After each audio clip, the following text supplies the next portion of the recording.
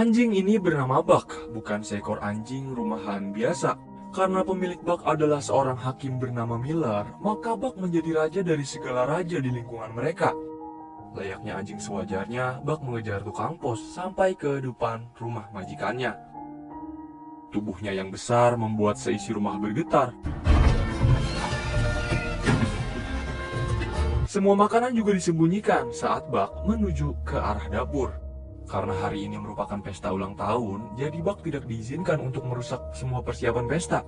Tapi dalam beberapa saat, tanpa bersalah, Buck mengikuti sesi foto setelah merusak semua makanan yang telah disiapkan. Hakim Miller menghukum Buck untuk memikirkan kesalahannya malam ini. Di balik kegelapan malam, seseorang dengan kereta kuda berhenti memanggil Buck. Dengan sepotong roti, mereka mengurung Buck di dalam peti. Orang itu berniat untuk menjual Buck dengan harga yang tinggi. Gak ada yang bisa Buck lakukan, anjing itu cuma bisa pasrah menerima nasibnya di dalam peti. Tanpa makan minum, Buck dibawa sampai ke sebuah tempat asing. Meski berhasil melakukan sedikit perlawanan, Buck tetap lemah tidak berdaya. Buck tunduk dalam satu pukulan. Bukan hanya Buck yang ada di situ, masih ada beberapa anjing lain terkurung di tempat ini. Buck gak berdaya dengan orang bertongkat itu, tapi Buck masih berusaha sebisanya buat melarikan diri dari sana. Karena ukuran badan dan bobot tubuhnya, Buck terus berlari, menghindari orang-orang meski lehernya masih terikat tali. Gak ada yang bisa Buck lakukan. Buck berada di Skagua, Alaska saat ini. Tempat ini merupakan tempat orang-orang mencari emas, juga merupakan sebuah tempat baru untuk Buck karena ia berada benar-benar jauh dari rumah. Tanpa sengaja, Buck berhasil melepas ikatan lehernya. Ia terus berlari dan menabrak seorang pria parubaya. Buck mengembalikan harmonika milik pria itu yang terjatuh, kemudian ia kembali terikat. Buck dijual bersama anjing yang lain. Kemudian seseorang bernama Perrault tertarik kepada Buck lalu membelinya. Perrault langsung mengajak Buck mendaki gunung bersama para penambang lain. Buck dikenalkan kepada François, juga kepada anjing lain yang akan menjadi timnya. Dengan dipimpin anjing yang bernama Splits, Perrault memberi arahan untuk jalur yang akan mereka lalui. Tugas mereka adalah mengirim surat sejauh 500 mil sampai ke kota Dawson. Dan karena ini adalah tugas pertama untuk Buck, ia tidak mengerti apa-apa.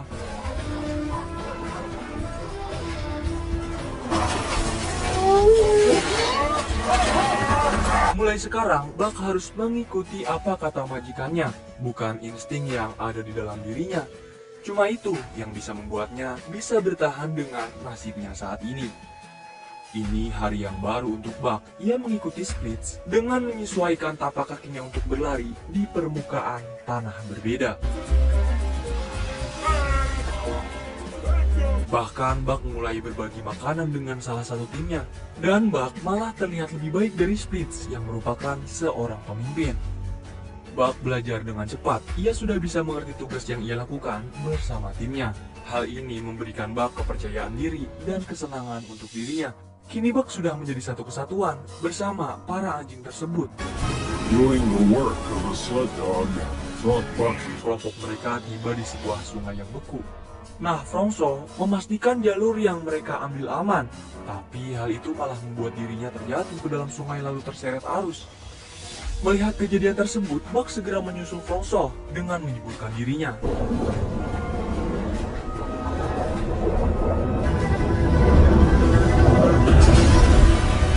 Mereka semua selamat, meski Buck sempat terseret.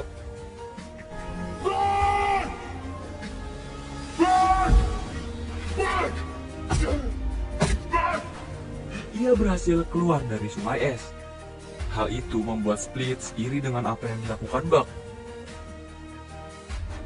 Di malam harinya, François menceritakan kisah Perrault yang sudah mengantarkan surat selama bertahun-tahun. Selama itu juga Perrault tidak pernah tepat waktu sekalipun. Sampai akhirnya, Perrault mempercayai Buck sebagai anjing pengantar. Begitupun dengan François, ia mempercayai Buck. Kedekatan Buck bersama majikan membuat Split semakin panas. Insting binatang Buck keluar, ia mengejar seekor kelinci salju. Dari belakang, timnya juga mengikuti Buck, namun ia tetap lepas kelinci itu. Ya karena kan emang buat niat main-main aja. Terus secara tiba-tiba, Splits datang dan membunuhnya. Splits yang muak dengan kehadiran Buck memperlihatkan kemarahannya langsung di hadapan Buck dan anjing lainnya. Walaupun tubuhnya yang tidak sebanding, tidak membuatnya takut sama sekali, ia mulai menyerang Buck.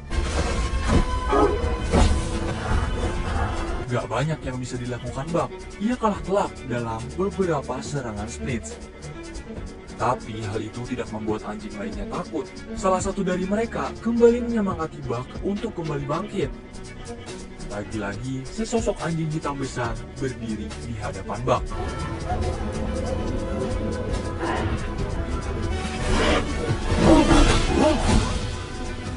Buck berhasil menakuti Splits, membuat sang pemimpin mereka tunduk lemas di hadapan Buck.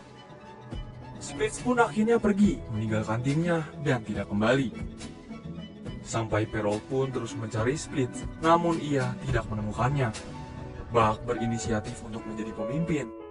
Menyadari hal tersebut, Perrault tidak mengizinkan Buck karena masih ada Solex yang jauh lebih tua dan lebih mengerti daripada Buck. Tapi Solex menolak posisi pemimpin yang diberikan kepadanya karena ia tahu Buck-lah yang lebih pantas untuk menjadi pemimpin. Tidak mau waktu terus terbuang, akhirnya Perrault membiarkan Buck berada di depan untuk memimpin.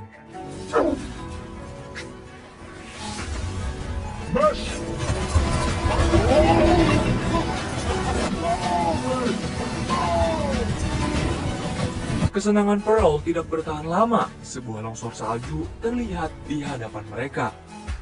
Jalan setapak yang mereka lewati tidak bisa menyelamatkan keadaan. Jadi, Buck memilih untuk terus berlari melewati goa yang berada di bawah longsor.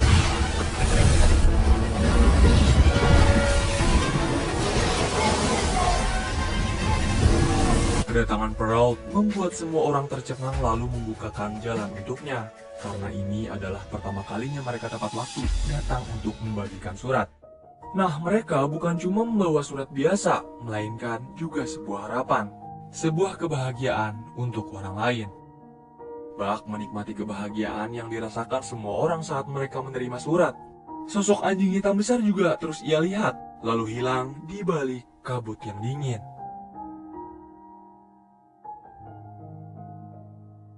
Tanpa perencanaan apapun, pagi ini Buck juga bertemu pria paruh baya yang sebelumnya pernah ia temui di pelabuhan.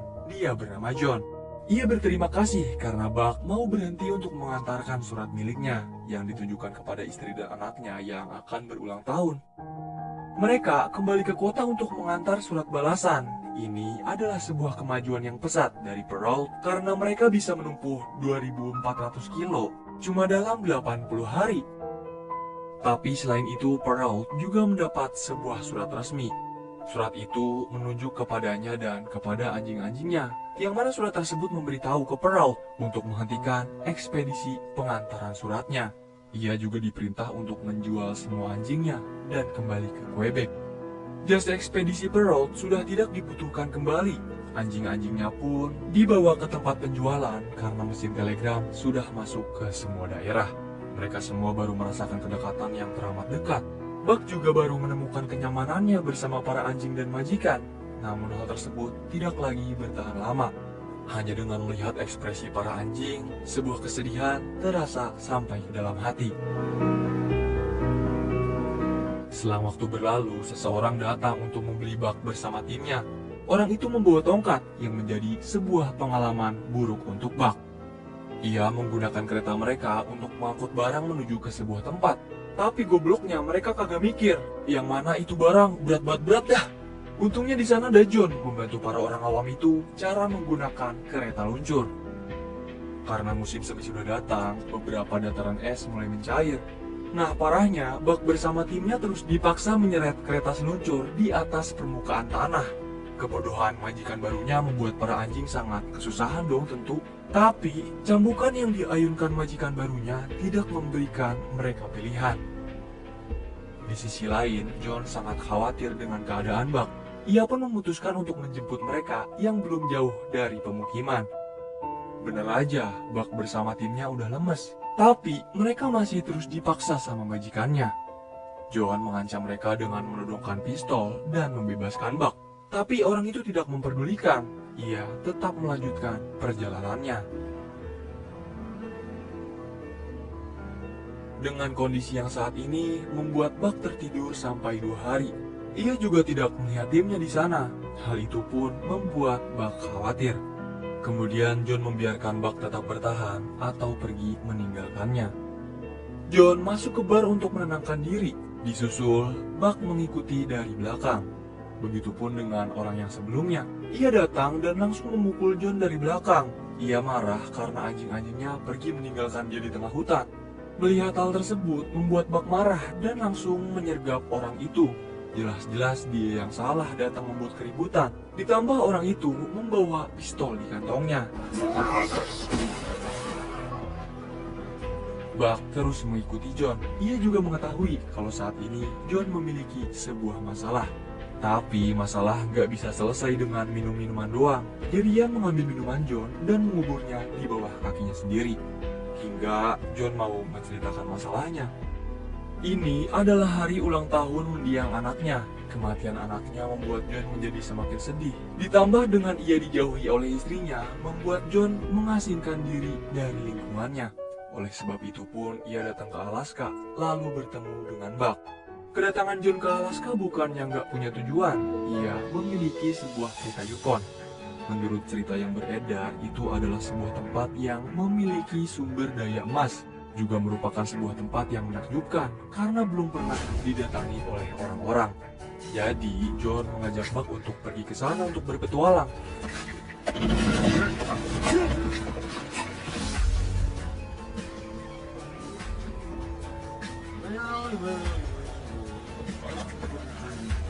Buck dan John terus mengikuti arus sungai. Mereka juga semakin dekat. Tapi John tidak menganggap Buck sebagai peliharaannya, melainkan sebagai sesosok teman. Itu semua bisa mereka lakukan bersama.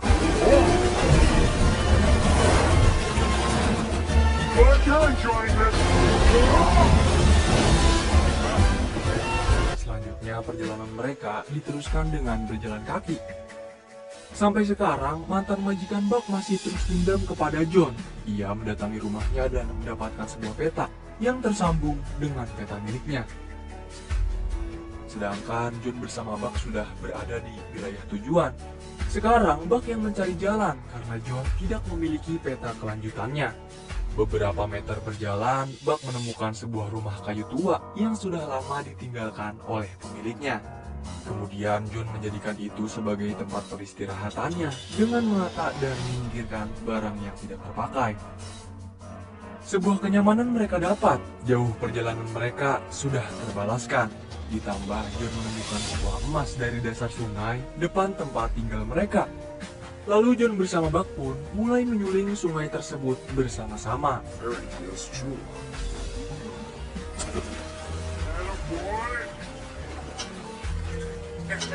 Sesaat Buck melihat seekor anjing liar lain. Kemudian John pun membiarkannya untuk mengejar anjing itu. Karena ini adalah alam liar yang sebenarnya, Buck bertemu dengan beruang madu. Dan nyatanya yang Buck kejar merupakan seekor serigala kayu. Telapak mereka sama, membuat Buck terus memikirkan hal tersebut. Pagi ini, Buck kembali menelusuri hutan, mengikuti kelompok serigala yang siap memangsa seekor babi. Tapi salah satu dari mereka kepleset dan terseret arus sungai, kemudian tersangkut di batang pohon. Melihat hal tersebut, Buck langsung sigap berlari menolong. Buck mengangkat batang pohon itu, menariknya dengan sekuat tenaga, hingga berhasil menyelamatkannya. Seketika, mereka semua takjub dengan keberanian Buck. John mendokumentasikan petualangannya bersama Buck. Di situ ia juga menyadari perubahan drastis yang dialami oleh Buck sendiri. Gerombolan serigala menariknya untuk masuk lebih dalam menelusuri hutan. Buck juga tetap pulang ke rumah untuk menemui menemui John di malam hari, lalu kembali pergi berburu di siang hari. Perjalanan mereka membuat Buck menemukan jati dirinya di alam liar. John pun merasa kesepian saat tidak ada Buck bersamanya, tapi Buck masih ingat untuk pulang kembali kepada John. Pagi ini, seekor serigala menunjukkan dirinya langsung ke hadapan John. Mereka pergi masuk ke dalam hutan menuju ke sarang. John pun mengikuti dari belakang dan menyaksikan bahwa Buck sudah menemukan rumahnya sendiri. Ia sudah temukan jati dirinya bersama makhluk sejenisnya. Menyadari hal tersebut, John juga memutuskan untuk pergi kembali pulang ke rumahnya. John juga membuang kembali potongan-potongan emas yang sudah ia suling dan hanya membawa secukupnya. Malam ini, John kedatangan tamu tak terduga. Majikan kasar yang menemukan peta milik John sudah berada di luar rumahnya. John pun melakukan perlawanan sebisanya.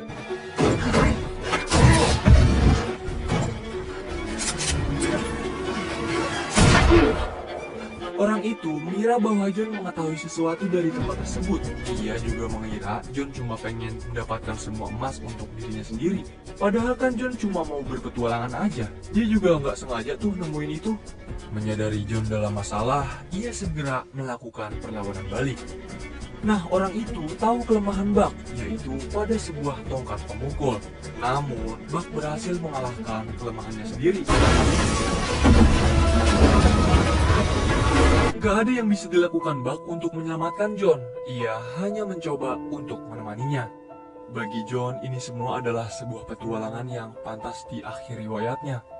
Dengan melihat potong mendiang anaknya, John beristirahat dengan tenang, berharap bertemu dengan anaknya di alam baka. Semua petualangan mereka terkenang di buku harian milik John.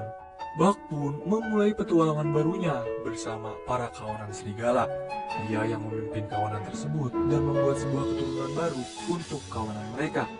Kebijakan yang Buck dapat bisa membuat beruang tunduk takut hanya dengan menggunakan tatapan. Meski Buck sudah mendapatkan kehidupan barunya, ia tetap mengingat masa saat bersama John dan majikan sebelumnya. Kemudian film pun selesai.